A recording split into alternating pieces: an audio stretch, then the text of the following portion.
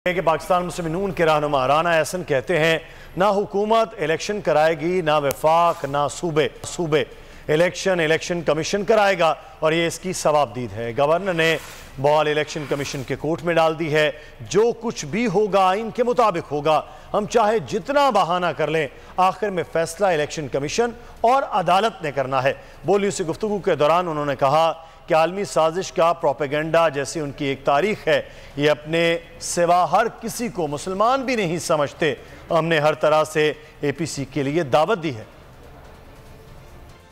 Elections नहीं कराने, ना वफाक ने कराने हैं, ना सूबों ने कराने हैं। इलेक्शंस जो हैं वो ECP ने कराने हैं और गवर्नर्स ने अपना मौक़िफ़ जो है वो दे दिया है और वो बॉल जो है ECP के कोर्ट में है। तो जो भी चीज़ें होंगी आइन के मुताबिक होगी, तो अदालतें जो फैसला करेंगी या ECP जो फैसला करेगी उसके मुताबिक जो है वो इलेक्शंस होने। आलमी साजिश का प्रोपेगेंडा आपके सामने है, तो इनके तो एक हिस्ट्री है। ये तो कहते हैं कि इनसे नेक सिर्फ आदमी कोई नहीं है और बाकी सब जो है वो बिल्कुल गुनाहगार और गलत लोग हैं। तो मैंने तो हुकूमत को रेकमेंड किया है कि इनको खत भी लिख लें।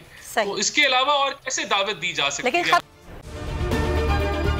अगर ये वीडियो आपको पसंद आई है तो हमारे चैनल को सब्सक्राइब कीजिए और बेल आइकॉन को क्लिक कीजिए। खूने नाहक बहुत पी चुकी ये जमीन, अब कोई दिन में ये खून उगलने को है।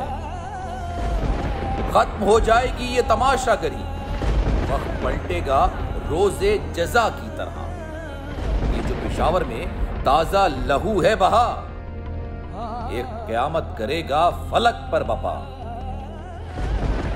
गम की सलमनाक घड़ी में बोल सानह पेशावर में शहीद होने वालों के लवाहिकीन के साथ।